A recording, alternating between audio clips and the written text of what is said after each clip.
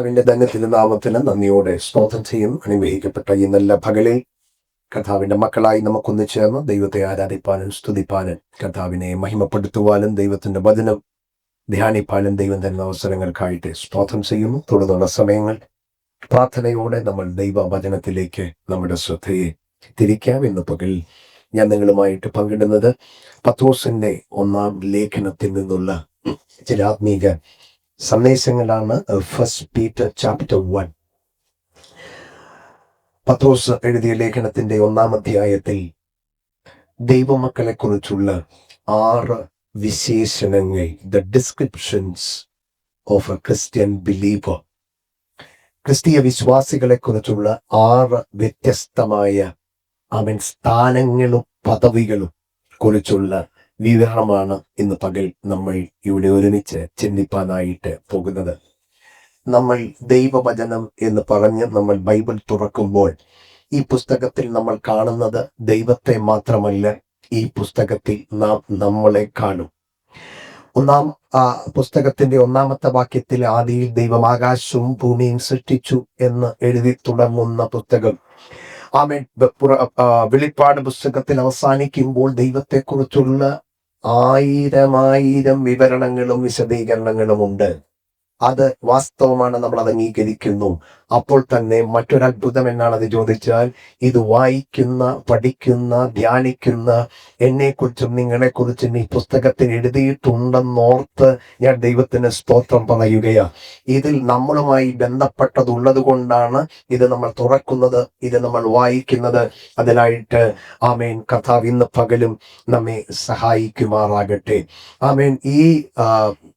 ഈ ലേഖനത്തിൽ ഏകദേശം 20-ലധികം വിവരണങ്ങളും വിശേഷണങ്ങളും വിശ്വാസികളെ കുറിച്ച് രേഖപ്പെടുത്തിയിട്ടുണ്ട്. ഇന്ന് നമ്മൾ 1-ാം അധ്യായത്തിലെ 6 വിശേഷണങ്ങൾ, descriptions of a Christian believer, in the episode of first episode of the Peter chapter 1. 6 കാര്യങ്ങൾ വേഗത്തിൽ നമ്മൾ ഒരുമിച്ച് ധ്യാനിക്കും. അത് ഇന്ന് പകൽ നമ്മുടെ ആത്മീക ജീവിതത്തിന് അനുഗ്രഹമായി തീരട്ടെ. ഈ പത്രോസിനാണ് എനിക്കൊന്ന് പുതിയ നിയമത്തിൽ 2-ലധികം പേരുകൾ ഉണ്ടായിരുന്ന ഒരു ശിഷ്യൻ. പത്രോസിന് മൊത്തത്തിൽ 3 പേരുകൾ ബൈബിളിൽ എഴുതിയിട്ടുണ്ട്. ഒന്ന് ശീമോൻ എന്നുള്ള പേരാണ്, സൈമൺ. 2-ാമത്തെ പേര് പീറ്റർ എന്ന പേരാണ്, പത്രോസ്. 3-ാമത്തെ പേര് സീഫസ് അഥവാ കേഫ എന്ന പേരാണ്. 3 പേരിലാണ് താൻ അറിയപ്പെട്ടത്. അതിൽ മിക്കവാറും കൂടുതൽ പ്രാവശ്യങ്ങൾ ആവർത്തിക്കുന്ന പേര് സീമോൻ പത്രോസ് എന്നാണ്, സൈമൺ പീറ്റർ എന്നാണ്. ബൈബിളിൽ 210-ലധികം പ്രാവശ്യം ഇദ്ദേഹത്തിന്റെ പേര് രേഖപ്പെടുത്തിയിട്ടുണ്ട്. 160 ഏകദേശം 160 പൗലോസ് പോൾ എന്ന പദം ഉപയോഗിച്ചിട്ടുള്ളപ്പോൾ പോളിനേക്കാൾ കൂടുതൽ പത്രോസിന്റെ പേര് 210-ലധികം പ്രാവശ്യമാണ് പീറ്റർ എന്ന പദം പരിശുദ്ധാത്മാവ് ഈ പുസ്തകത്തിൽ എഴുതിയിട്ടുള്ളത്. അപ്പോ ഇന്ന് ഈ ഭാഗം, ഈ വാക്യം അല്ലെങ്കിൽ ഈ പുസ്തകം നമ്മൾ വായിക്കുമ്പോൾ അതേ ആവർത്തനത്തിൽ അല്ലെങ്കിൽ തന്റെ പേര് പല പ്രാവശ്യം ആവർത്തിക്കപ്പെട്ട് അപ്പസ്തലനായ പത്രോസ് ഇന്ന് പകൽ ഇവിടെ ദൈവസഭയിൽ കടന്നു വന്ന സകല ദൈവമക്കളെയും നമ്മുടെ പേര് സോ ആൻഡ് സോ എന്നുള്ള നിലയിലല്ല, നമ്മളെ കുറിച്ചുള്ള വിവരണങ്ങൾ ഈ പുസ്തകത്തിൽ എഴുതിയിട്ടുണ്ട്. ഇന്ന് പകൽ നമ്മൾ അത് പഠിക്കുമ്പോൾ നമ്മുടെ ആത്മീയ ജീവിതത്തിന് അത് അനുഗ്രഹമായി തീരും എന്നെനിക്ക് ഉറപ്പുണ്ട്. 2 കാര്യങ്ങൾ നമ്മൾ അറിയണം. എൻ്റെ ദൈവവചന പഠനത്തിലും ദൈവവചന ശുശ്രൂഷയിലും 2 കാര്യം ഞാൻ എപ്പോഴും ആഗ്രഹിക്കുന്നത്, അത് ഈ ഓർഡറിൽ ചെയ്യാനാണ് ഞാൻ ആഗ്രഹിക്കുന്നത്. അതായത് ദൈവജനത്തിന്റെ പൊസിഷൻ പറഞ്ഞിട്ട് അതിൻ്റെ പ്രാക്ടീസ് ചെയ്യണമെന്നാണ് ദൈവം ആഗ്രഹിക്കുന്നത്. അതായത് പ്രാക്ടീസ് ചെയ്ത് നമുക്ക് ആർക്കും പൊസിഷൻ കിട്ടിയില്ല, പക്ഷെ പൊസിഷൻ ഉള്ളവരെല്ലാം അത് പ്രാക്ടീസ് ചെയ്യും. ഞാൻ പറഞ്ഞത് നിങ്ങൾക്ക് മനസ്സിലായി കാണില്ല. അതായത് സ്ഥാനം നമ്മൾ ഉറപ്പിക്കപ്പെടുമ്പോഴാണ് ആ സ്ഥാനത്ത് നിന്നുള്ള എന്താ പറയുന്നത് ഉത്തരവാദിത്വം നമുക്ക് പ്രായോഗികമായിട്ട് ചെയ്യാൻ പറ്റുന്നത്. ഞാൻ അതിനൊരു ഉദാഹരണം പറയാം. ഈ ഡോക്ടേഴ്സ് അല്ലെങ്കിൽ നഴ്സസ്, അവര് പാരാമെഡിക്കൽ ഫീൽഡുകളിൽ ജോലി ചെയ്യുന്നവര് വെള്ള കോട്ടിടാറുണ്ട്. പക്ഷെ വെള്ള കോട്ടിട്ട കൊണ്ട് ആരും ഡോക്ടർ ആകാറില്ല. ഡോക്ടർ വെള്ളക്കോട്ടിടുമെന്നുള്ളത് സത്യമാണ്, പക്ഷെ വെള്ളക്കോട്ടിട്ടവരാരും ഡോക്ടർ ആകാറില്ല. ആമേൻ. പോലീസുകാരും പട്ടാളക്കാരും ഒക്കെ എക്സസൈസ് ചെയ്യാറുണ്ട്. അവര് ഇതിനെ പോകുമ്പോൾ നമുക്ക് കാണാം, പോലീസുകാരെ അല്ല, പട്ടാളക്കാരെ അവിടെ എക്സസൈസ് ചെയ്യുന്നവര്. അപ്പോ അവർ പട്ടാളക്കാരായതുകൊണ്ട് എക്സസൈസ് ചെയ്യും, പക്ഷെ എക്സസൈസ് ചെയ്യുന്നവരെല്ലാരും പട്ടാളക്കാരാവില്ലേ? അതായത് പൊസിഷനിൽ നിന്നുകൊണ്ടുള്ള പ്രാക്ടീസ് ഉണ്ട്, പക്ഷെ പ്രാക്ടീസ് ചെയ്താരും ഒരു പൊസിഷനിൽ വരത്തില്ല. ഇവിടെ ഇരിക്കുന്ന എല്ലാവരും അറിയണം, നമ്മൾ പലതും പ്രാക്ടീസ് ചെയ്താണ് നല്ലവരാകാൻ ശ്രമിക്കുന്നെങ്കിൽ, പ്രാക്ടീസ് ചെയ്താണ് വിശുദ്ധരാകാൻ ശ്രമിക്കുന്നെങ്കിൽ, ദാറ്റ് ഈസ് നോട്ട് ബിബ്ലിക്കൽ. അത് ദൈവവചനത്തിന്റെ അടിസ്ഥാനമല്ല. നേരെ തിരിച്ച് വിശ്വാസത്താൽ കൃപയാൽ ദൈവം നമുക്ക് ഫ്രീ ആയി തന്ന സ്ഥാനമുണ്ടെന്നറിയുമ്പോഴാണ് ആ സ്ഥാനത്തിൽ നിന്നുകൊണ്ടുള്ള പ്രായോഗികമായ കാര്യങ്ങൾ നമുക്ക് ചെയ്യാൻ പറ്റുന്നത്. ഇന്ന് പകൽ ഈ പുസ്തകം തുറക്കുമ്പോൾ ആമേൻ, നമ്മൾ എല്ലാവരും ദൈവസന്നിധിയിൽ വിലയേറിയവരാണെന്നും നമ്മളെക്കുറിച്ചുള്ള ദൈവത്തിന്റെ ഉദ്ദേശങ്ങൾ വലിയതാണെന്നും നമ്മൾ എങ്ങനെയെങ്കിലും ജീവിച്ച് അവസാനിക്കേണ്ടവരല്ലെന്നും നമ്മളെക്കുറിച്ചുള്ള ദൈവത്തിന്റെ പ്ലാനുകൾ വ്യക്തമാണ്, കൃത്യമാണ്, സുവ്യക്തമാണെന്ന് ഇന്ന് പകൽ ഒരിക്കൽ കൂടെ ആത്മാവിൽ അറിഞ്ഞ് ആത്മാവിൽ എരിവുള്ളവരായി ഉത്സാഹത്തോടെ കർത്താവിനെ മഹിമപ്പെടുത്തുവാൻ ദൈവം നമുക്ക് ഏവർക്കും കൃപ നൽകട്ടെ. ഒന്നാമത്തെ ആമേൻ പദവി, ഒന്നാമത്തെ സ്ഥാനം, പത്രോസിന്റെ 1-ാം ലേഖനം 1-ാം അധ്യായത്തിന്റെ 2-ാമത്തെ വാക്യത്തിൽ ഇങ്ങനെ നമ്മൾ വായിക്കുന്നു. 1-2 വാക്യങ്ങൾ ചേർന്ന് വായിച്ചാൽ, യേശുക്രിസ്തുവിന്റെ അപ്പോസ്തലനായ പത്രോസ് പൊന്തോസിലും ഗലാത്യയിലും കപ്പദോക്യയിലും ആസിയയിലും ബിഥുന്യയിലും ചിതറി പാർക്കുന്ന പരദേശികളും പിതാവായ ദൈവത്തിന്റെ മുന്നറിവിനൊത്തവണ്ണം ആത്മാവിന്റെ വിശുദ്ധീകരണം പ്രാപിച്ച് അനുസരണം കാണിക്കുവാനും യേശുക്രിസ്തുവിന്റെ രക്തത്താൽ തളിക്കപ്പെടുവാനുമായി വൃതന്മാരുമായവർക്ക് എഴുതുന്നത്. മലയാളത്തിൽ അതിന് മുമ്പ് ഒരു പദമുണ്ട് മലയാളത്തിൽ, അത് ഞാൻ രണ്ടാമത് വിവരിക്കാം. ഒന്നാമത് ബൈബിൾ പറയുന്ന, അല്ലെങ്കിൽ ഈ പുസ്തകം പറയുന്ന, എന്നെക്കുറിച്ച് നിങ്ങളെക്കുറിച്ച് പറയുന്ന നമ്മുടെ ഒരു പദവി ഇങ്ങനെയാണ് എഴുതിയിരിക്കുന്നത് മലയാളം ബൈബിളിൽ: വൃതന്മാരെന്നാണ്. വൃദ്ധന്മാരല്ല, വൃതന്മാർ.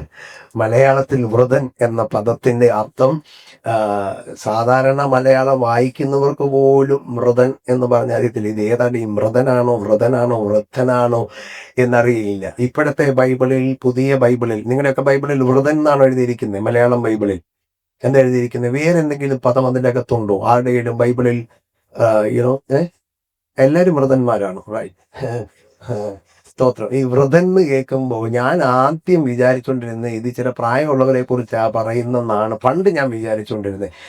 വൃതൻ എന്ന മലയാള പദത്തിന്റെ അർത്ഥം വളരെ സിമ്പിളാണ്. ഇംഗ്ലീഷ് ബൈബിൾ എഴുതിയിരിക്കുന്നവർക്ക് അത് മനസ്സിലാകും. ഇങ്ങനെയാണ് എഴുതിയിരിക്കുന്നത്: Peter, an apostle of Jesus Christ, to those who reside as aliens scattered throughout Pontus, Galatia, Cappadocia, Asia and Bithynia, who are chosen. വൃതൻ എന്ന പദത്തിന്റെ അർത്ഥം ഇതാണ്: ചോസൻ. അത് അനന്യ നേരിട്ട് വൃതൻ എന്ന് കേട്ടപ്പോ എന്താ തോന്നിയേ? വൃദ്ധൻ എന്നാണ് തോന്നിയേ അല്ലേ? അതായിട്ട് എനിക്കും അങ്ങനെ പണ്ട് തോന്നിയേ. പിന്നെ ഇച്ചിരി വിവരം വെച്ചപ്പോ മാറിയതാണ്.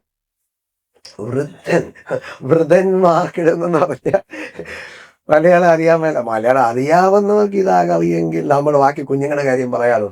അപ്പോൾ വൃതൻ എന്ന വാക്കിന്റെ അർത്ഥം ചോസൻ എന്നാണ്, തിരഞ്ഞെടുക്കപ്പെട്ടവരെന്നാണ്. ഇന്ന് പകലിൽ ഒന്നാമത് പത്രോസ് പറയുന്നു, അവൻ നിങ്ങൾ തിരഞ്ഞെടുക്കപ്പെട്ടവരാണ്, നിങ്ങൾ വൃതന്മാരാണ്, നിങ്ങൾ ചോസൻ ജനറേഷനാണ്. തിരഞ്ഞെടുക്കപ്പെടുന്നെന്ന് പറഞ്ഞാൽ എക്സൈറ്റ്മെന്റ് ആകാൻ വകുപ്പുണ്ടോ? ഇനി ഞാൻ വേഗത്തിൽ വാചനങ്ങൾ വായിപ്പിക്കാതെ വേഗത്തിൽ പറഞ്ഞു പോകാം. കർത്താവായ യേശു ക്രിസ്തു പറഞ്ഞു, നിങ്ങൾ എന്നെ തിരഞ്ഞെടുത്തെന്നല്ല, ഞാനാണ് നിങ്ങളെ തെരഞ്ഞെടുത്തത്. ഈ തെരഞ്ഞെടുപ്പിന്റെ ഗുണം അറിയണമെങ്കിൽ ഇലക്ഷന് നിൽക്കുന്ന കാൻഡിഡേറ്റിനോട് ചോദിച്ചാൽ മതി, ആ സ്ഥാനാർത്ഥിയോട് ചോദിച്ചാൽ മതി. സ്ഥാനാർത്ഥി 3 മാസം കൊണ്ട് 30,000 വീടുകൾ കയറി ഇറങ്ങി 3 ലക്ഷം ആളുകളെ വ്യക്തിപരമായി കൈകൊണ്ട് കണ്ട് ഷെയ്ക്ക് ഹാൻഡ് ചെയ്ത് ആ 3 മാസം ചോറും വെള്ളവും കുടിക്കുന്നില്ലെന്ന് പറഞ്ഞാൽ അത്രമാത്രം കഷ്ടപ്പെടാൻ കാര്യം തിരഞ്ഞെടുക്കപ്പെട്ടാൽ ഉണ്ടാകുന്ന ആ വില അറിയാവുന്നത് കൊണ്ടാണെങ്കിൽ ഇന്ന് പകൽ എല്ലാവരും അറിയണം, നിങ്ങൾ തെരഞ്ഞെടുക്കപ്പെട്ടവരാന്ന് പറയുമ്പോൾ നിങ്ങൾ പോയി കയ്യെ പിടിച്ച് കാലെ പിടിച്ച് തെരഞ്ഞെടുക്കപ്പെട്ടവരെന്നല്ല. നമ്മൾ ഇതൊന്നും വിചാരിക്കാതിരുന്നപ്പോ ആമേൻ നിങ്ങളെ ഞാൻ തിരഞ്ഞെടുത്തു. നിങ്ങൾ നിലനിൽക്കേണ്ടതിന്, നിങ്ങൾ പോയി ഫലം കായ്ക്കേണ്ടതിന് കർത്താവ് നമ്മളെ തിരഞ്ഞെടുത്തു. ഈ കർത്താവ് നമ്മളെ തിരഞ്ഞെടുത്തു എന്ന് പറയുമ്പോ ഈ കർത്താവായ യേശു ക്രിസ്തു 12 അപ്പോസ്തലന്മാരെ തിരഞ്ഞെടുത്തതിനെ കുറിച്ച് ബൈബിളിൽ എഴുതിയിട്ടുണ്ട്. അതിങ്ങനെ എഴുതിയിരിക്കുന്നത്, അവൻ അർദ്ധരാത്രി മുഴുവനും പ്രാർത്ഥിച്ചു. രാത്രി മുഴുവനും പ്രാർത്ഥിച്ചു. രാത്രി മുഴുവനും പ്രാർത്ഥിച്ചിട്ട് പിറ്റേ ദിവസം അവിടെ കൂടിയിരുന്ന ജനത്തിന്റെ നടുവിൽ നിന്ന് പത്രോസിനെ, യോഹന്നാനെ, യാക്കോബിനെ, ആമേൻ, യൂദാസിനെ ഒക്കെ 12 പേരെ തിരഞ്ഞെടുത്തു. ഒരാൾ ഇങ്ങനെയാ പറഞ്ഞത്, ആമേൻ, ഒരാൾക്ക് വേണ്ടി അദ്ദേഹം 1 മണിക്കൂർ പ്രാർത്ഥിച്ചു കാണുക. രാത്രി പ്രാർത്ഥന, രാത്രി മുഴുവനും പ്രാർത്ഥിച്ചെന്ന് പറഞ്ഞാൽ യഹൂദന്മാരുടെ രാത്രി വൈകിട്ട് 6 മുതൽ രാവിലെ 6 വരെയുള്ള 12 മണിക്കൂറാണ്. അതാണ് മുഴുരാത്രി, അതാണ് ഹോൾ നൈറ്റ്. ആമേൻ. നമ്മൾ ഹോൾ നൈറ്റ് പ്രെയർ വയ്ക്കാറുണ്ട്, പക്ഷെ ഹോൾ നൈറ്റ് എന്ന് പറയത്തേ ഉള്ളൂ, ഹാഫ് നൈറ്റ് പോലും കാണത്തില്ല. കാര്യം നമ്മൾ ബലഹീന മനുഷ്യരായതുകൊണ്ടായിരിക്കാം. പക്ഷെ പറയുന്നത് ഹോൾ നൈറ്റ് പ്രെയർ എന്നാണ്. ചിലയിടത്ത് ഓൾ നൈറ്റ് പ്രെയർ എന്ന് കാണാം. റൈറ്റ്. എനിവേ, രാത്രി അപ്പോൾ യേശു കർത്താവ് ഓരോരുത്തർക്കും വേണ്ടി അത്രയും പ്രാർത്ഥിച്ചിട്ടാണ് തിരഞ്ഞെടുത്തത്. അപ്പൊ നമ്മൾ വിചാരിക്കും നമുക്ക് വേണ്ടി അങ്ങനെ കർത്താവ് രാത്രി മുഴുവൻ പ്രാർത്ഥിച്ചോ. ഈ യോഹന്നാന്റെ സുവിശേഷത്തിൽ ഒരു വാക്യം എഴുതിയിട്ടുണ്ട്. യേശു കർത്താവ് പറഞ്ഞു, ദൈവത്തോട് പ്രാർത്ഥിച്ച കൂട്ടത്തിൽ ഇങ്ങനെ പറഞ്ഞു, എന്റെ വചനം നിങ്ങളാൽ കേട്ട് വിശ്വസിക്കേണ്ടവർക്ക് വേണ്ടി ഞാൻ ദൈവത്തോട് പ്രാർത്ഥിക്കുന്നത്. ഇന്ന് പകൽ എല്ലാവരും അറിയുക, നമുക്ക് വേണ്ടി യേശു കർത്താവ് അന്ന് പ്രാർത്ഥിച്ചു എന്ന് ഈ ലോകത്തിൽ വന്ന് ഇരുന്ന് പ്രാർത്ഥിച്ച കൂട്ടത്തിൽ പറഞ്ഞു, ശിഷ്യന്മാർക്ക് വേണ്ടി പ്രാർത്ഥിച്ച കൂട്ടത്തിൽ പറഞ്ഞു, ഇവരിൽ കൂടെ എന്റെ വചനം കേട്ട് വിശ്വസിക്കാൻ തുടങ്ങുന്നവർക്ക് വേണ്ടി ഞാൻ പ്രാർത്ഥിക്കണം. ഇനിയും എല്ലാവരും ഇവിടെ ഇരിക്കുന്നവരെല്ലാം നമ്മൾ അന്യോന്യം പ്രാർത്ഥിക്കുന്നവരാണ്, പ്രാർത്ഥിക്കേണ്ടവരാണ്. പക്ഷെ നമ്മുടെ എല്ലാം പ്രാർത്ഥനയുടെ അടിസ്ഥാനം എന്താണെന്നറിയോ? പാസ്റ്റർ പ്രാർത്ഥിക്കുന്നത് കൊണ്ട് പാസ്റ്റർ പ്രാർത്ഥിക്കാറുണ്ട് എനിക്ക് വേണ്ടി പ്രാർത്ഥിക്കാറുണ്ട്. പക്ഷെ നിങ്ങൾക്കും നമ്മുടെ നിലനിൽപ്പിന് ആധാരം എന്താണെന്നറിയോ? പിതാവിന്റെ വലതുഭാഗത്ത് എന്ന് പറഞ്ഞ ആ പദം, പിതാവിന്റെ വലതുഭാഗത്ത് ഇരുന്ന എന്ന പദത്തിന് വലിയ അർത്ഥമുണ്ട്. എന്നാന്നറിയോ? നമ്മളിതൊക്കെ കേൾക്കുന്നതായതുകൊണ്ട് നിങ്ങൾ ഒന്നുകൂടെ ശ്രദ്ധിച്ച് കേട്ടാൽ മതി. അതായത് യേശു കർത്താവ് മരിച്ചു, അടക്കപ്പെട്ടു, ഉയർത്തി സ്വർഗത്തിലേക്ക് ആരോഹണം ചെയ്ത് വചനം പറയുന്നു, പിതാവിന്റെ വലതുഭാഗത്ത് he sat at the right hand of the Father and he is interceding for us. അവ ദൈവസനെ എന്ത് ചെയ്യാ? അവിടെ ഒരു വാക്യം എഴുതിയിട്ടുണ്ട്. എന്താണെന്നറിയോ? ഇരുന്നു എന്നൊരു വാക്യം. എന്താ എഴുതിയിരിക്കുന്നത്? ഇരുന്ന് വലിയ കാര്യമാണ്. നമ്മളെല്ലാം ഇപ്പൊ ഇരിക്കുന്നത് ഈ നമ്മൾ ഇരുന്നത് പോലെ അല്ല യേശു ഇരുന്നത്. കാര്യം എന്താണെന്നറിയോ? അത് പുരോഹിതൻ എന്നുള്ള ശുശ്രൂഷയുടെ ഒരു ഭാഗമാണ്. അതായത് പുരോഹിതന്മാരെ കുറിച്ച് എഴുതിയിട്ടുണ്ട്. പുരോഹിതന്മാരെ കുറിച്ച് അവർ നിന്നുകൊണ്ട് ശുശ്രൂഷ ചെയ്യുന്നുണ്ട്. അവർക്ക് ജീവിതത്തിൽ ഇരിക്കാൻ പറ്റത്തില്ല. കാര്യം എന്നാണെന്നറിയോ? പുരോഹിതന്മാർക്ക് ജീവിതത്തിൽ ഇരിക്കാൻ പറ്റാത്തതിന്റെ കാര്യം ഇവർക്ക് വേണ്ടിയുള്ള യാഗവും അവസാനിക്കുന്നില്ല. അതായത് ഇന്ന് കുഞ്ഞുമോന് വേണ്ടി യാഗം അർപ്പിച്ചിട്ട് വരുമ്പോൾ കുഞ്ഞുമോൾ അടുത്തതായിട്ട് വരിക, കുഞ്ഞുമോടെ കഴിയുമ്പോഴത്തേക്കും കുഞ്ഞോമാച്ചൻ അടുത്തതായിട്ട് വരിക. ഈ കുഞ്ഞോമ്മയും കുഞ്ഞോമാച്ചനും കുഞ്ഞുമോളുടെയും യാഗം അർപ്പിച്ച് തീർന്നിട്ട് പുള്ളിക്ക് എന്ത് ചെയ്യാൻ പറ്റത്തില്ല? ആർക്ക്?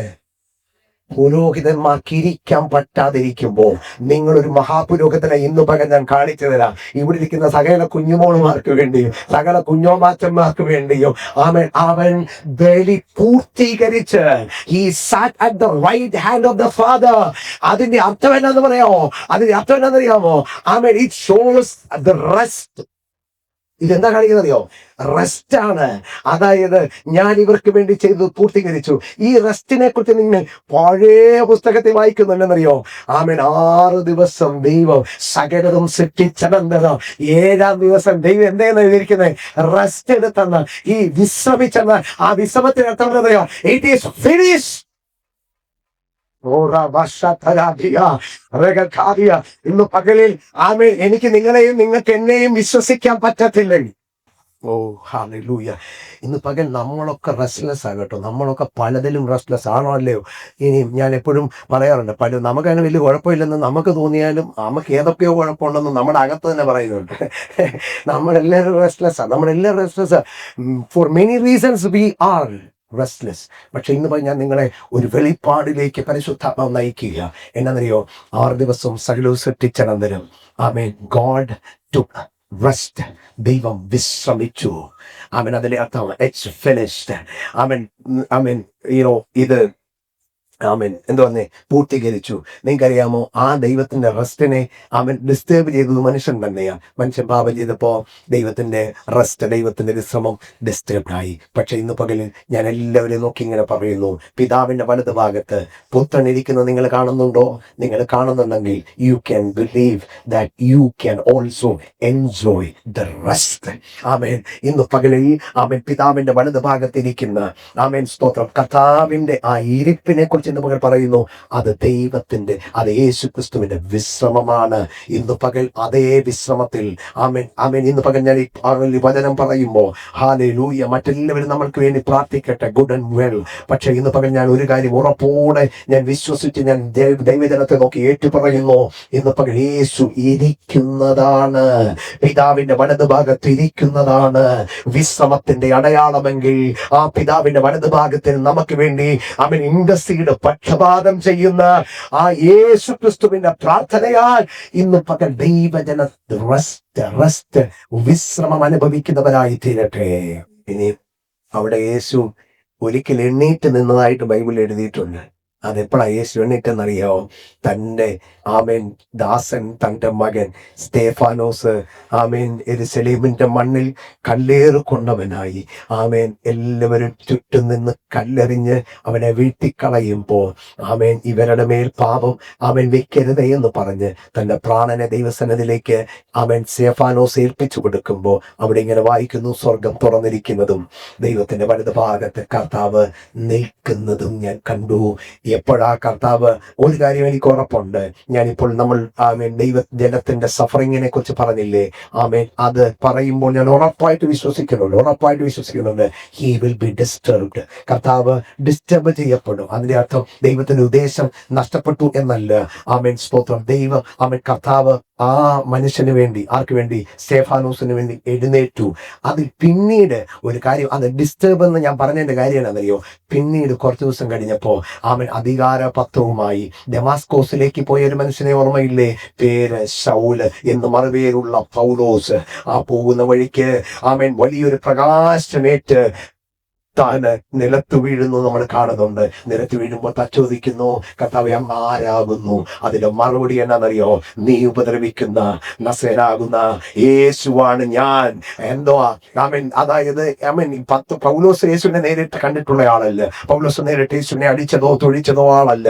പക്ഷേ നിങ്ങൾക്കറിയാമോ, അന്നത്തെ തലമുറയിൽ, അന്നത്തെ കാലത്ത് യേശു ക്രിസ്തുവിന്റെ ജനത്തെ ആമേൻ പീഡിപ്പിച്ചപ്പോഴല്ല യേശുവിനിട്ടാണ് കൊണ്ടത്, യേശുവിനിട്ടാണ്.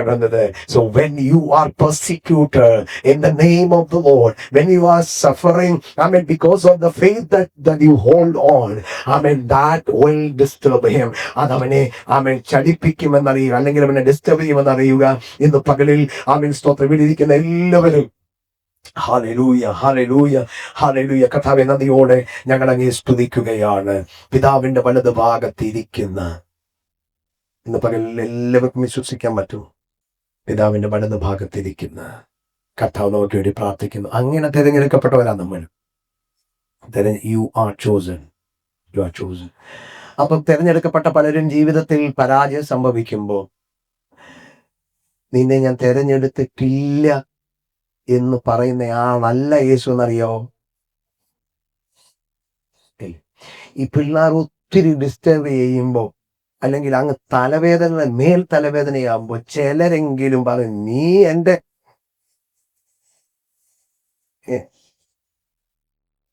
എൻ്റെ മകനല്ല, മകളല്ലെന്നൊക്കെ ചിലപ്പോ അങ്ങ് പറയാ സാഹചര്യം കൊണ്ട് ചിലപ്പോൾ പറയുന്നതായിരിക്കും. പക്ഷെ ഞാൻ യേശുവിനെ ശ്രദ്ധിച്ചു നോക്കിയപ്പോ ഒരിടത്തും ഒറ്റിക്കൊടുത്ത യൂദായോട് പോലും ഞാൻ നിന്നെ തെരഞ്ഞെടുത്തിട്ടില്ലെന്ന് പറഞ്ഞേ. ഞാൻ തിരഞ്ഞെടുത്തതിൽ ഒരുത്തൻ. അത് മാത്രമല്ല, യേശു കർത്താവ് അപ്പം മുറിച്ചപ്പോ, പെസഹായ്ക്ക് അപ്പം മുറിച്ചില്ലേ, അപ്പം മുറിച്ചപ്പം ആദ്യത്തെ കഷണം എടുത്തു കൊടുത്ത ആർക്കാന്നറിയോ? അപ്പൊ അവര് ചോദിച്ചു, നിന്നെ തള്ളി പറയുന്ന ആരാന്ന് ചോദിച്ചു. ഈ സത്യം പറഞ്ഞാണ്ടല്ലോ, കർത്താവ് പറഞ്ഞു, നിങ്ങളുടെ കൂടെയുള്ള ഒരാള് എന്നെ തള്ളിപ്പറയും. അങ്ങനൊന്നും ദൂത് പറയില്ല. പറയുകയാണ് ഇതാരാന്ന് പറയും. കാര്യം, നിങ്ങളുടെ കൂടെയുള്ള ഒരാൾ എന്നെ തള്ളിപ്പറയെന്ന് പറഞ്ഞാൽ അവരെല്ലാരും ചോദിച്ചു, അത് ഞാനാണോ. അതിന്റെ കാര്യം എന്താണെന്നറിയോ? എല്ലാവർക്കും അതിനുള്ള സാധ്യത ഉള്ളതുകൊണ്ടാണ്. ഈ ചില ദൂത് എല്ലാവർക്കും പറ്റുന്ന ദൂതുണ്ട്. എല്ലാവർക്കും പറ്റുന്ന ദൂത് പറഞ്ഞ എല്ലാവരും ആമേൻ പറഞ്ഞോണം. കാര്യം അത് എല്ലാവർക്കും ഉള്ളതാണ്. അപ്പോൾ കർത്താവ് പറഞ്ഞു, നിങ്ങൾ ഒരാളിനെ തൽപ്പര്യം. അപ്പം മറുപടിയായിട്ട് കർത്താവ് പറഞ്ഞു, അത് ഞാൻ അപ്പം യുനോ ചാറിൽ മുക്കി കൊടുക്കുന്നവനാന്ന് പറഞ്ഞു. അപ്പം അത് കൊടുത്തത് സത്യത്തിൽ യൂദായ്ക്ക്. യൂദ ഇരുന്ന് എവിടാന്നറിയോ? യൂദ എഴുതുന്നത്, നമ്മുടെ എല്ലാവരുടെയും ചിന്തയിൽ യൂദ ഇരുന്നത് ഏറ്റവും ലാസ്റ്റ് ആയിരിക്കും. യൂദ ഇരുന്ന the right hand of Christ. യേശുവിന്റെ ഇടത്തിരുന്ന, ബൈബിളിൽ നിന്ന് മനസ്സിലാക്കുന്ന രീതിയിൽ യേശുവിന്റെ ഇടത്തിരുന്നയാളുടെ പേര് യോഹന്നാൻ എന്നാണ്. യോഹന്നാൻ യേശുവിന്റെ മാർബോട്. യേശുവിന്റെ റൈറ്റ് ഭാഗത്തിരുന്നയാളാണ് യൂദ. അപ്പൊ റൈറ്റ് ഇരുന്നയാളാണ് യൂദ. ഇനി നമ്മളൊക്കെ പലരെ അറിയാത്തതുകൊണ്ട് റൈറ്റ് പിടിച്ചിരുത്തിയെന്നേ ഉള്ളൂ. നിങ്ങളുടെ ഇപ്പുറത്തിരിക്കുന്ന ആരെയൊക്കെ കുറിച്ചല്ല, അറിയാത്ത. പക്ഷെ അറിഞ്ഞുകൊണ്ട് യൂദായെ യേശു എന്ത് ചെയ്തു? വലതുവശത്ത് കയറ്റി ഇരുത്തി. എന്റെ പൊന്നെ. എന്നിട്ട് ആ അപ്പം മുറുകി കൊടുത്തു. യഹൂദന്മാരുടെ ആചാരം അനുസരിച്ച് ഒരു വിരുന്നിൽ അതിഥി, the host, if he breaks a bread and gives the first portion to a person, he is important ആണ്, വില കൊടുക്കുന്നതാണ്. യേശു ഉണ്ടല്ലോ അപ്പം മുറുക്കി കൊടുത്തത് യൂദായിക്കാണ്.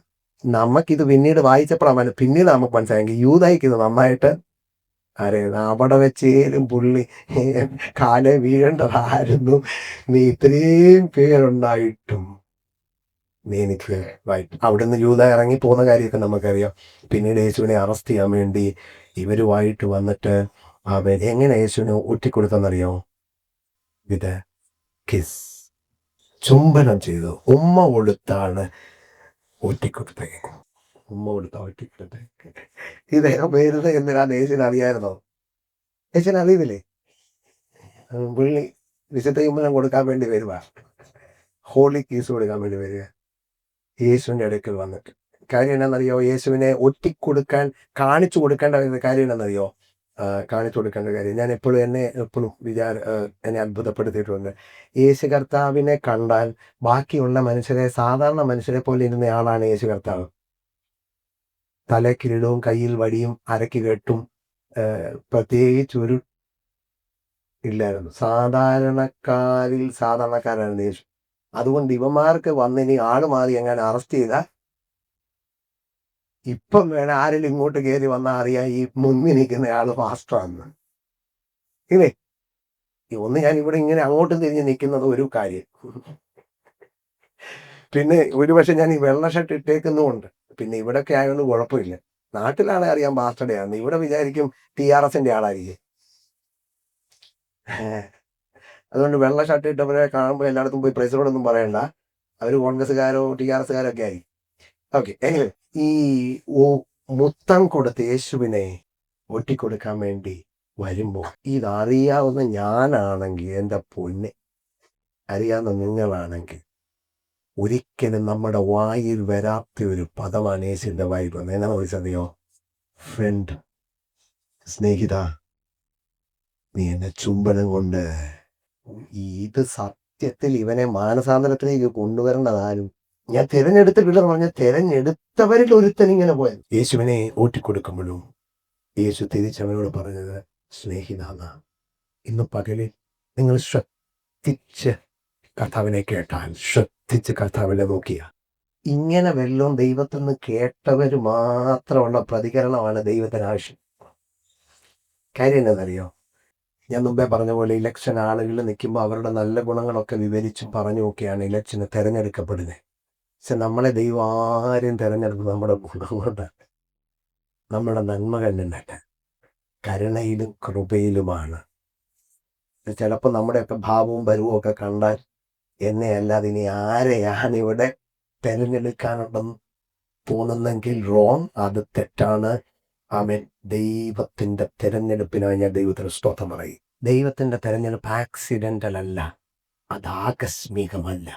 ഇപ്പൊ ഞാൻ പറയും 100% ആത്മീയമായ കാര്യമാണ്. ബൈബിൾ ബിബ്ലിക്കലാണ്, വചനാധിഷ്ഠിതമാണ്. നിങ്ങൾ അത് വിശ്വസിക്കുന്നെങ്കിൽ, if you are chosen by God, ദൈവം നിങ്ങളെ തെരഞ്ഞെടുത്തു എന്ന് വിശ്വസിക്കുന്നെങ്കിൽ നിങ്ങൾ വിശ്വസിക്കണം, അത് ആകസ്മികമല്ല. It's not accidental. ഞാൻ 6 കാര്യം പറയാമെന്ന് പറഞ്ഞ് ഇനിയും ഞാൻ അങ്ങനെ പറയത്തില്ല. കാര്യം അങ്ങനെ പറഞ്ഞാൽ ഇത് തീരത്തില്ല. നിങ്ങൾ തിരഞ്ഞെടുക്കപ്പെട്ടവരാന്ന് പറഞ്ഞില്ലേ? സംശയമുണ്ടോ? ആരാ തെരഞ്ഞെടുത്തേ? ദൈവമാണ് തെരഞ്ഞെടുത്തത്. You are chosen. ദൈവം തെരഞ്ഞെടുത്തതാണ്. ഈ തെരഞ്ഞെടുക്കപ്പെട്ടവരുടെ പ്രത്യേകത ഈ 2-ാം വാക്യത്തിൽ എഴുതിയിട്ടുണ്ട്. ഒന്ന്, ഇവിടെ ഇരിക്കുന്ന എല്ലാവരും അറിയണം. ഇത് നിങ്ങൾക്ക് അത്ര പെടുത്തിയാലും ഇല്ലേലും, ഞാൻ ആക്ച്വലി ഇന്ന് രാവിലെ ഒരിക്കൽ കൂടെ ഞാൻ ഇതേ മെസ്സേജ് കഴിഞ്ഞ ദിവസം ഇവിടെ പറഞ്ഞു. ഇന്ന് രാവിലെ ഇത് വായിച്ചപ്പോൾ ഈ തിരഞ്ഞെടുക്കപ്പെട്ട നമ്മൾ ആകസ്മികമായിട്ടുള്ളവരല്ലെന്ന് പറയാൻ ഉള്ള ചില കാര്യങ്ങൾ ഇതിൻ്റെ അകത്ത് എഴുതിയിട്ടുണ്ട്. എന്താണെന്നറിയോ? 2-ാം വാക്യത്തിൽ ഈ താഴെ എഴുതിയിരിക്കുന്ന തളിക്കപ്പെട്ടവരുമായി വൃതന്മാർക്ക്, ഇംഗ്ലീഷിൽ കണ്ടോ? ഇംഗ്ലീഷ് എഴുതിയിരിക്കുന്നത് ഹും ആർ ചൂസൺ. എന്നിട്ട് അടുത്ത കാര്യങ്ങൾ നിങ്ങളൊന്ന് വായിച്ച് ശ്രദ്ധിച്ച് അത് നമ്മളെക്കുറിച്ചുള്ള ആണെന്ന് ഒരിക്കൽ കൂടെ എല്ലാവരും തങ്ങളോട് തന്നെ പറഞ്ഞിട്ടേ ഇവിടുന്ന് പോകാവേ. എന്നറിയോ? വൃതന്മാരുടെ പ്രത്യേകത മലയാളത്തിൽ ആദ്യം പറഞ്ഞിട്ടാണ് വൃതന്മാർക്ക് പറഞ്ഞിരിക്കുന്നത്. ഇംഗ്ലീഷിൽ ഹു ആർ ചോസൺ എന്ന് പറഞ്ഞിട്ടാണ് താഴെ പറഞ്ഞിരിക്കുന്നത്. എന്നാ പ്രത്യേകത എന്നറിയോ? ഒന്ന്, വൃതന്മാർ അല്ലെങ്കിൽ തിരഞ്ഞെടുക്കപ്പെട്ടവർ ദൈവത്തിന്റെ മുന്നറിവിൽ തിരഞ്ഞെടുക്കപ്പെട്ടവരാ. You are chosen by the foreknowledge of God. നിങ്ങൾ നാട്ടിൽ, ഇവിടുത്തെ കാര്യം എനിക്ക് അറിയത്തില്ല, ഈ നാട്ടിൽ ഞങ്ങൾ ക്രിക്കറ്റൊക്കെ കളിക്കുമ്പോൾ ഈ എത്ര പേര് വേണം? 11 അല്ലേ? 11 പേര് വേണം. നല്ല ടീം ഉണ്ടാക്കുന്ന 11 പേര്, നല്ല ബൗളേഴ്സും നല്ല ബാറ്റ്സ്മാനും നല്ല ഫീൽഡറും വേണം. അങ്ങനെ 11 പേരുള്ള 2 ടീമുകളിലെ ക്രിക്കറ്റ് കളിക്കുന്നത്. പക്ഷെ മിക്കവാറും 4 മണിയാകുമ്പോൾ അല്ലെ 5 മണിയാകുമ്പോൾ കളിക്കാൻ വേണ്ടി നിൽക്കുമ്പോൾ ടീമിനെ തിരഞ്ഞെടുക്കുമ്പോൾ ഉണ്ടല്ലോ, ഈ എല്ലാവരും ഇങ്ങനെയുള്ളവർ കാണത്തില്ല. കളി അറിയാവുന്ന ഒരു 7 പേര് കാണും. പിന്നെ അവിടെ ഇവിടെയും പൊത്തി തപ്പി നിർത്താൻ പറ്റുന്ന വേറൊരു 4 പേരും കാണും. നിങ്ങൾ എങ്ങനെ അനുഭവിച്ചിട്ടുണ്ടോ? ഈ ടീമിനെ വിളിക്കുമ്പോൾ ഇന്നയാളെ വിളിക്കും. അവസാനം ബോൾ കയ്യിൽ പിടിക്കാനും വേണേ 4 കിട്ടേണ്ടടുത്ത് വേണം ഇവന്റെ ഗുണം കൊണ്ട് അവർക്ക് 6 കിട്ടാൻ സാധ്യത ഉള്ളവൻ ഇങ്ങനെ നിൽക്കുക, ആരെടുക്കുമെന്ന്. കാര്യം ഇവന്മാർക്ക് എല്ലാവർക്കും അറിയാം ഇവന് എല്ലാവരും ഉണ്ടോ. ഇവിടെ ഇരിക്കുന്ന എല്ലാവരും 7ന്റെ കൂട്ടത്തില്ല, ബാക്കി 4ന്റെ കൂട്ടത്തില. എല്ലാവരും ബാക്കി 4ന്റെ കൂട്ടത്തില. അപ്പം ഇപ്പം മറ്റേ കളി അറിയാവുന്നവർ നോക്കിയിട്ട് ഇവന്മാര് ഇതിൻ്റെ അകത്തുനിന്ന് എല്ലാം നല്ലതിനെ പിടിക്കും. പിന്നെ അവസാനം ഇവന്മാർ വിചാരിക്കും വേറെ ആരെങ്കിലും വരുന്നുണ്ടോ. അപ്പൊ ഇവനോട് പറയും, രാജേഷ് വരുന്നിടം വരെ നിന്നെ രാജേഷ് കളിയിൽ ഏറ്റവും നല്ല ബോളറാ, രാജേഷ് വരുമ്പോൾ നിന്നെ മാറ്റും. അപ്പൊ ഇവന്റെ ആഗ്രഹം രാജേഷ് ഇന്ന് വരല്ലേ, അവന് വേണ്ടി വയറ്റിളക്കം പിടിച്ച് എവിടെയെങ്കിലും കിടക്കാൻ, എന്നാലേ എനിക്ക് ഫീഡ് ചെയ്ത് ഒന്ന് നിൽക്കാൻ പറ്റത്തുള്ളൂ. ഇതാണ് അന്നത്തെ പരുവനുസരിച്ച്, അന്നത്തെ ആളുകളെ അവൈലബിലിറ്റി അനുസരിച്ചുള്ള തിരഞ്ഞെടുപ്പ്. പക്ഷെ ഇന്ന് പകൽ ഞാൻ എല്ലാവരോടും ഒരു കാര്യം പറയാം. ദൈവം അന്നത്തെ അവൈലബിലിറ്റി നോക്കി ഒപ്പിച്ച് തിരഞ്ഞെടുത്തൊന്നല്ല, ദൈവത്തിന്റെ മുന്നറിവ്. ഈ ഫോർ ന്യൂ യു, അവൻ നിങ്ങളെ മുന്നറിഞ്ഞെന്ന്. 2, ആത്മാവിന്റെ വിശുദ്ധീകരണം പ്രാപിച്ച്. ഇംഗ്ലീഷിൽ എഴുതിയിരിക്കുന്നത് according to the foreknowledge of God, God the father. കേട്ടോ? Acknowledge mean according to the foreknowledge of God the father.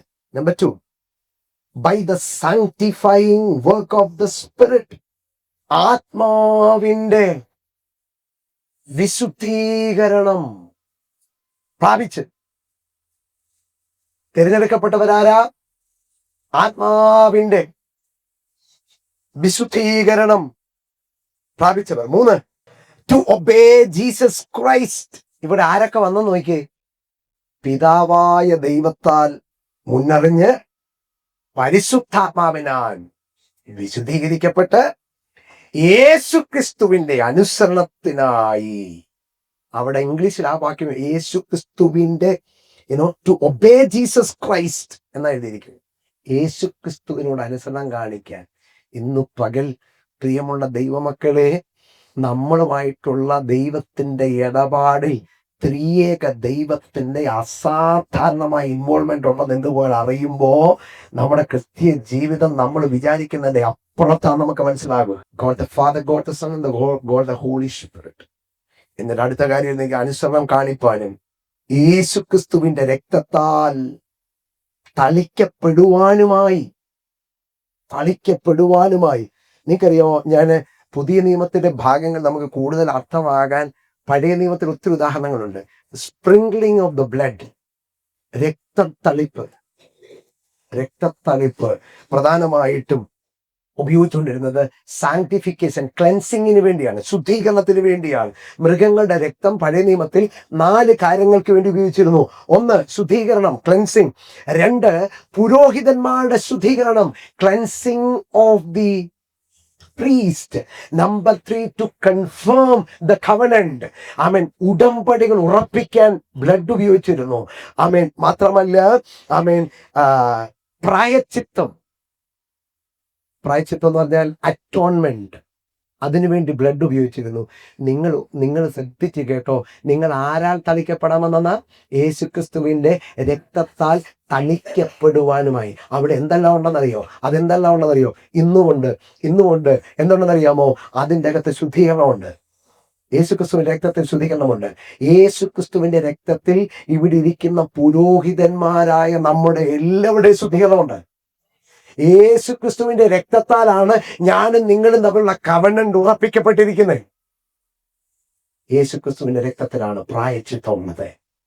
ഇതിനു വേണ്ടിയാണ് വിളിച്ചത്, ഇതിനു വേണ്ടിയാണ് തെരഞ്ഞെടുത്ത്. ഇന്ന് പകൽ നിങ്ങൾ മനസ്സിലാകുന്നുണ്ടല്ലോ. ആമേൻ. തളിക്കപ്പെടുവാനുമായി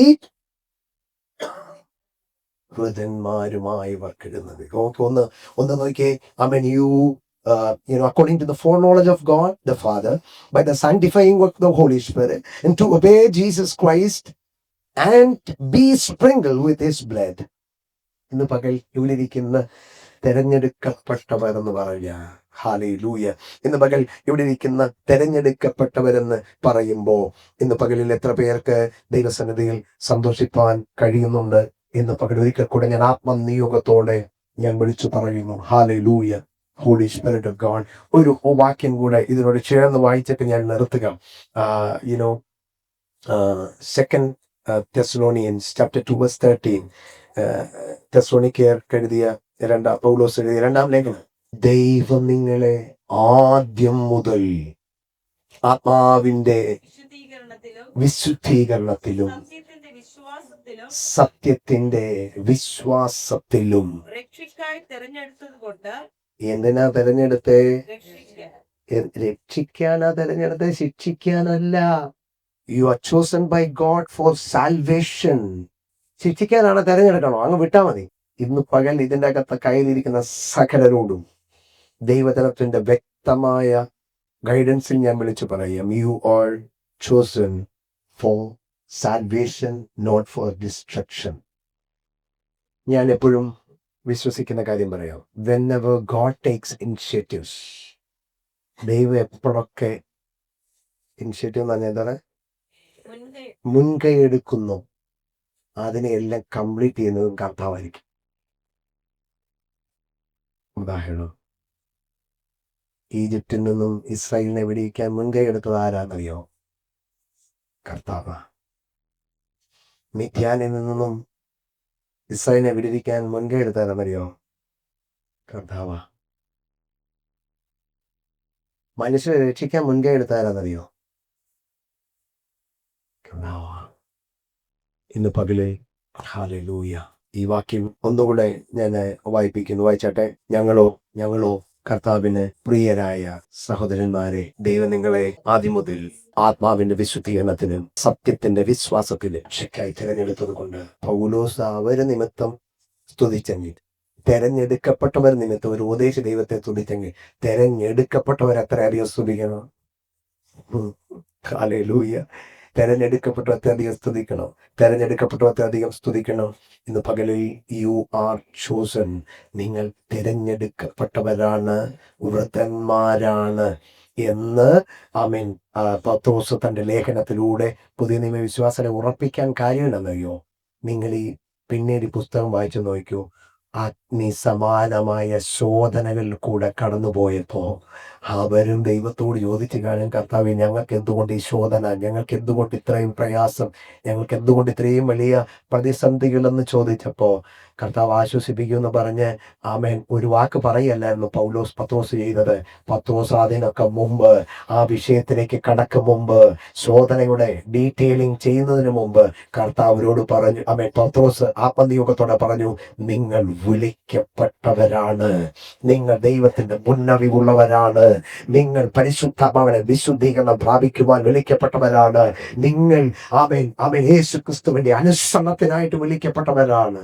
ഹല്ലേലൂയ. ഇതുകൊണ്ടാണ് ഞാൻ പറഞ്ഞേ, ആ പൊസിഷനിൽ നിന്നുകൊണ്ടുള്ള പ്രാക്ടീസിങ്ങിലാണ് ദൈവത്തിന് മഹത്വം ഉണ്ടാകുന്നത്. ഹല്ലേലൂയ. എന്ന് പകൽ തിരഞ്ഞെടുക്കപ്പെട്ടവർ, യു ആർ ചോസൻ. അതിൻ്റെ ഡീറ്റെയിൽ ഒത്തിരി കാര്യങ്ങൾ നമുക്ക് ബൈബിളിൽ പറയാനുണ്ട്. ആമേൻ അതിലേക്ക് ഒത്തിരി വചനങ്ങളുണ്ട്. അമ്മയുടെ ഉരുവാകും മുമ്പ് ഞാൻ നിങ്ങളെ അറിഞ്ഞിരിക്കുന്ന വാക്യമുണ്ട്. ഉലക സ്ഥാപനത്തിന് മുമ്പ് ഞാൻ തിരഞ്ഞെടുത്തിരിക്കുന്ന വാക്യമുണ്ട്.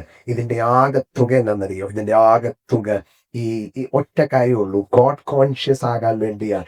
നിങ്ങൾ ഈ എന്താണ് വടക്ക് നോക്കി എന്താ പറയുന്നത്, കോമ്പസ്, അതിന്റെ ഒരു സൂചി എപ്പോഴും എങ്ങോട്ടായിരിക്കും എന്നറിയോ?